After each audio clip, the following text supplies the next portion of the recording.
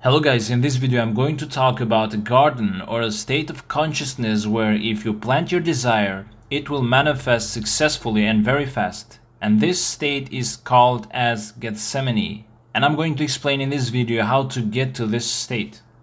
So Gethsemane is to the mystics the garden of creation, the place in consciousness where man goes to realize his defined objectives. Gethsemane is a compound word meaning to press out an oily substance. Geth to press out and shemen an oily substance. The story of Gethsemane reveals to the mystic in dramatic symbology the act of creation, just as man contains within himself an oily substance which in the act of creation is pressed out into a likeness of himself. So he has within himself a divine principle, that is his consciousness, which conditions itself as a state of consciousness and without assistance presses out or objectifies itself. The story of Gethsemane is a symbolic story that teaches us how creation works inside every human being. The real garden of Gethsemane is your own consciousness, your imagination, and your inner awareness. It is a place within yourself where you go when you decide what you want to be, have, or experience in life. The word Gethsemane means to press out oil.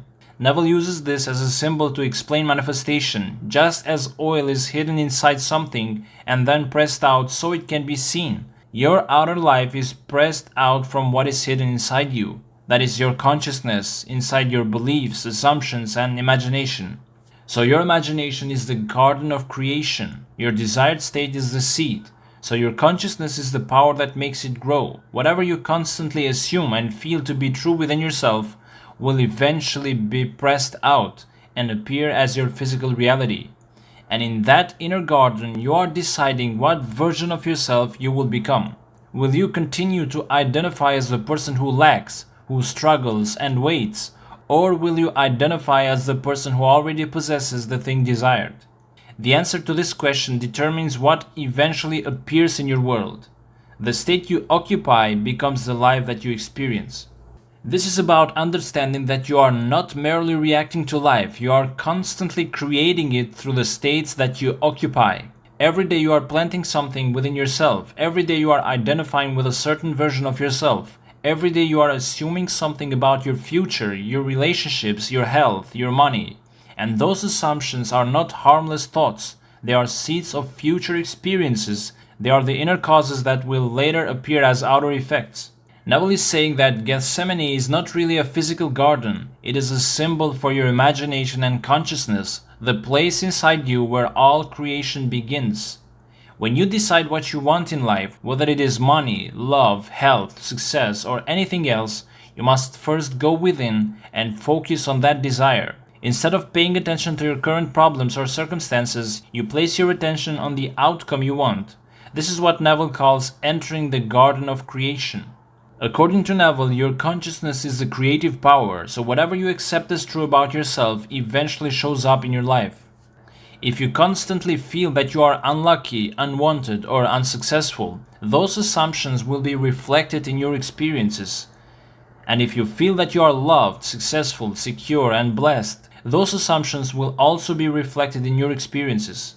The important point is that you do not create by forcing things to happen in the outside world, but you create by changing your inner state. So once you accept a new state within yourself and persist in it, then consciousness naturally expresses it without needing your help. And now I'm going to show you how to enter this garden.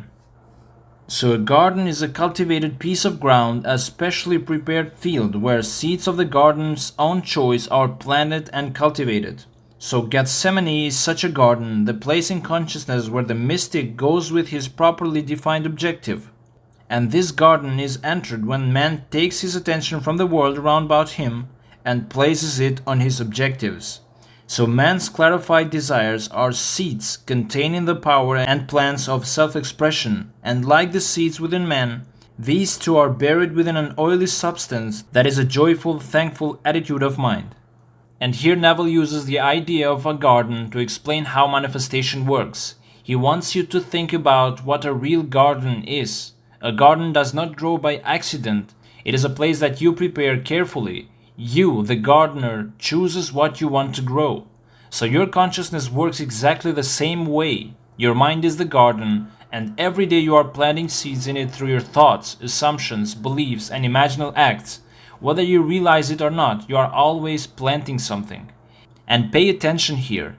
This garden is entered when you take your attention away from the world around you and place it on your objective. So most of us spend all day looking at facts, circumstances, problems, and evidence rather than our vision, ideas, and desires. And when you do this, you are remaining outside of the garden. You are letting the visible world control your attention. And to enter the garden, you must temporarily stop giving your attention to what is happening around you and instead focus on what you want to happen.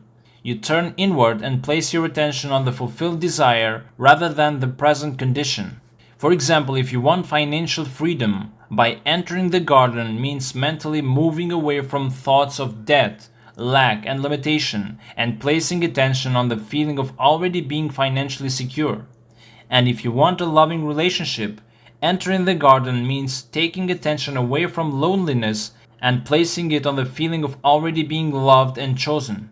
So your clarified desires are seeds. A clarified desire is a desire that is clearly defined. You know exactly what you want.